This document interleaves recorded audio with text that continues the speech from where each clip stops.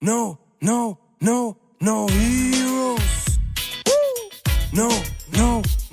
No heroes, baby.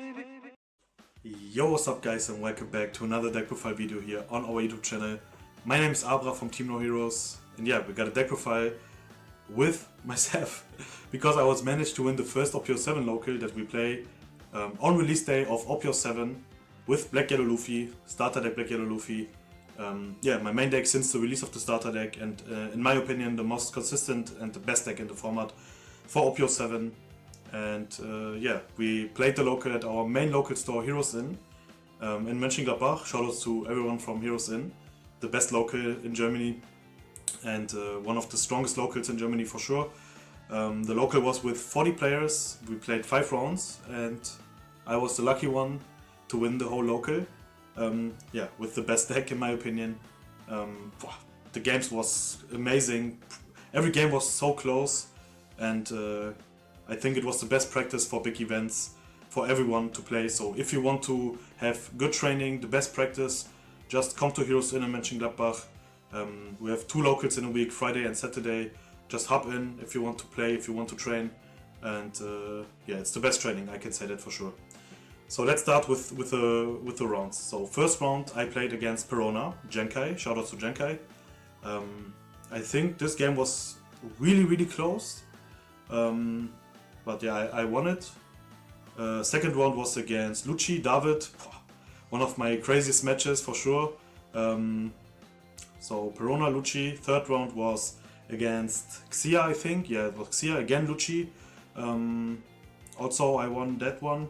Fourth round was against Lucas with Sabo, starter deck Sabo. He's doing really good with the deck. I think this matchup is not that easy. I think it's not that easy to play against this deck, and it was really close. His last life needed to be a brick, and I was lucky it was a brick.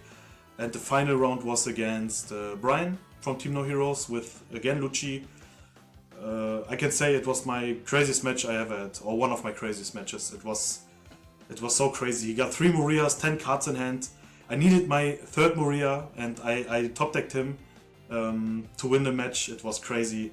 Brian is such a great player, and this game was really fun to play, and it was the best practice I can have with this deck, and I think Brian will hopefully say the same, because I think this match was just amazing. So yeah, 3 Lucci, 1 Perona, 1 Sabo. This was my matchups. In general, the players played every deck. We saw some Bonnies, we saw some Laws. I think only 1 blue deck, no Doofy, but 1 Boa Hancock. And I think, was there something spicy? I'm not quite sure, I don't think so. So I think the most deck that was played was Lucci for sure, yeah. And I faced 3 of them. I think maybe your easiest matchup, but still not a free win.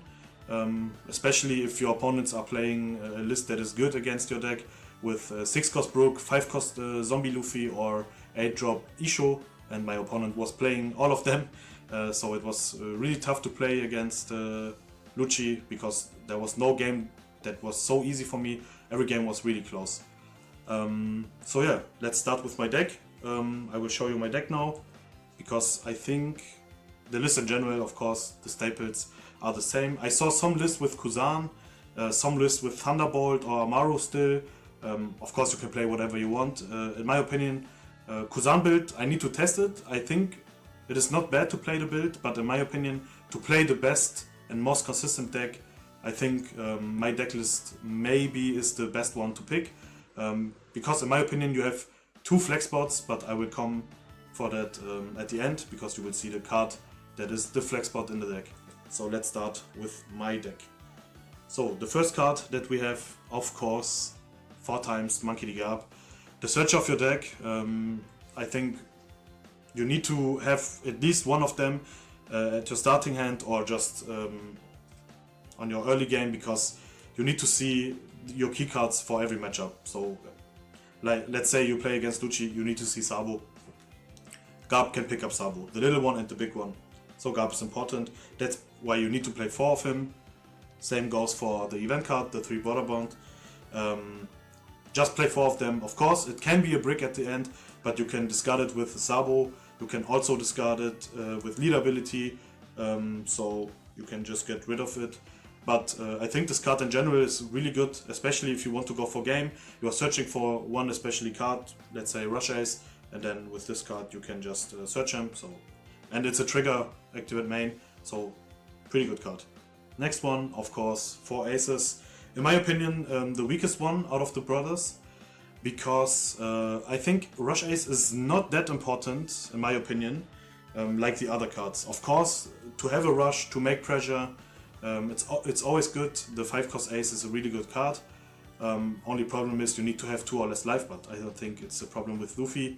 But in general, to say, in my opinion, ace is not that important. So I understand why people are only playing 1 of ace kit and 1 of ace the 5-drop, or just cut it completely. I understand why, because it is not that important, but to have more targets for your searchers, to have the 5-drop ace in your deck to go for game or to make a pressure, I think for now it's okay to play 3 of them, because I play 3 5-drop aces. But like I said, I understand why people don't play 3 or don't play any of them. But I think 3 is a good number. The next one, of course, is Sabo, the little Sabo. Just play 4. If you don't play 4, you are doing something wrong. Next card, Luffy, in my opinion, for now, the most important one for OP06 and EB01.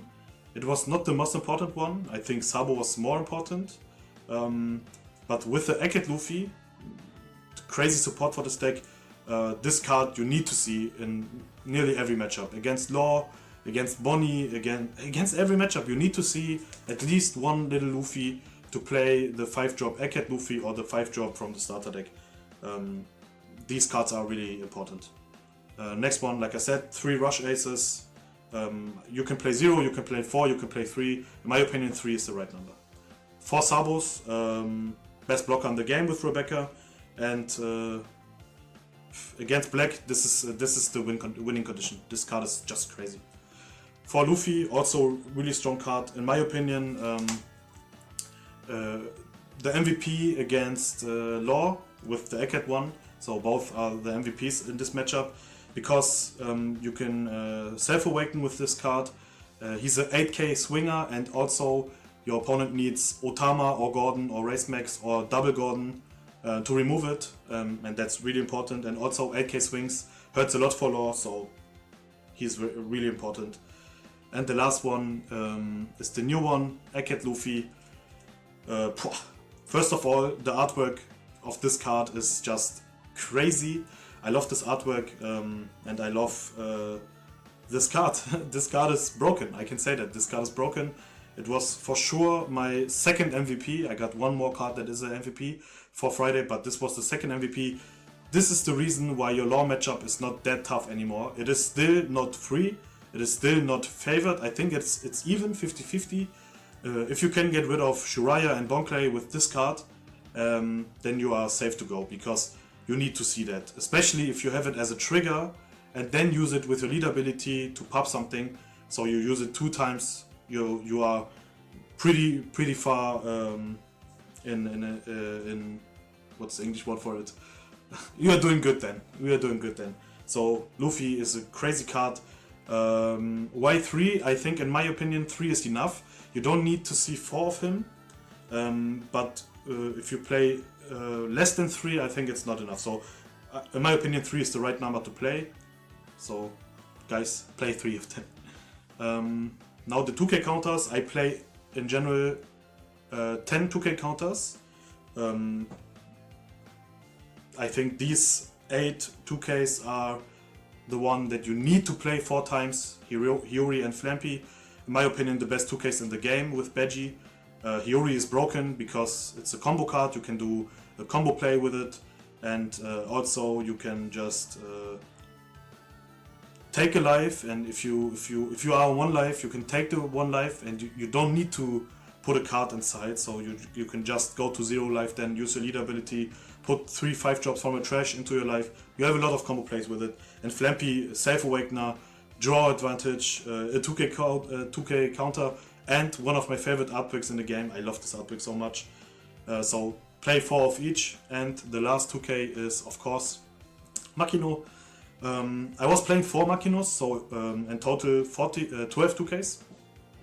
But I think you have 2 flex spots for this deck, and the 2 flex spots are the Makinos. So you can just cut 2 and play 2 different cards.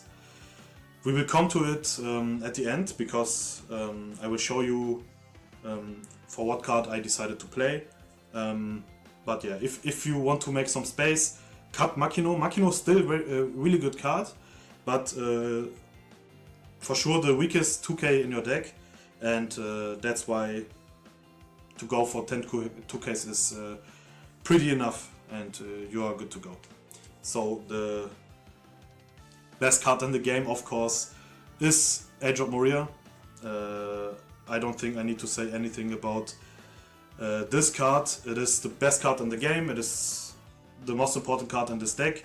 I think if you have the combo play on 10 dons on curve, and you answer your best turn with another turn same as the last one. So if you play Moria, leader ability, play use the little one effect, play the 2 5-drops from your life, you can't really lose. If you going back to back with it, I think it's pretty sure that you win. Yeah, best card of the game. I don't need to say anything. And now the cards that I put in for the 2 Makinos, I decided to go for Ivankov. Why Ivankov? I think it's pretty easy to explain. First of all, Ivankov is a card that is really consistent, because it's a self-awakener, you can have a combo play again, it's a counter, and is a blocker. If you play Sabo and you have Ivankov on the field, you have 2 blockers that are blocking for sure against black decks. Of course, if they are playing Brook or Zombie Luffy, they can trash him, but then they need to invest dons for it. Brook costs 6 dons, so there doesn't have any dons to make pressure to your 9k leader, and Luffy can trash Ivankov easily, because you just need to use the stage or leader ability, and then give him minus, and then use the Luffy ability to trash a 2 cost. So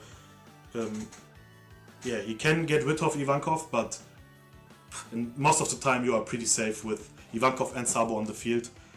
Also against yellow decks, really good. And the best part about Ivankov is you can just do a combo play at 5 don, 6 don, 7 don, whatever you want. A lot of people just play it on curve when you go first, on 3. I think it's wrong. Just play it on 5 or 7, because on 5 you can play Ivankov. The effect is you can trash the top or bottom life card, and then put a 5 cost card from your hand face down into the top of your life. So trash your top life, put a 5-drop Luffy or Sabo on top.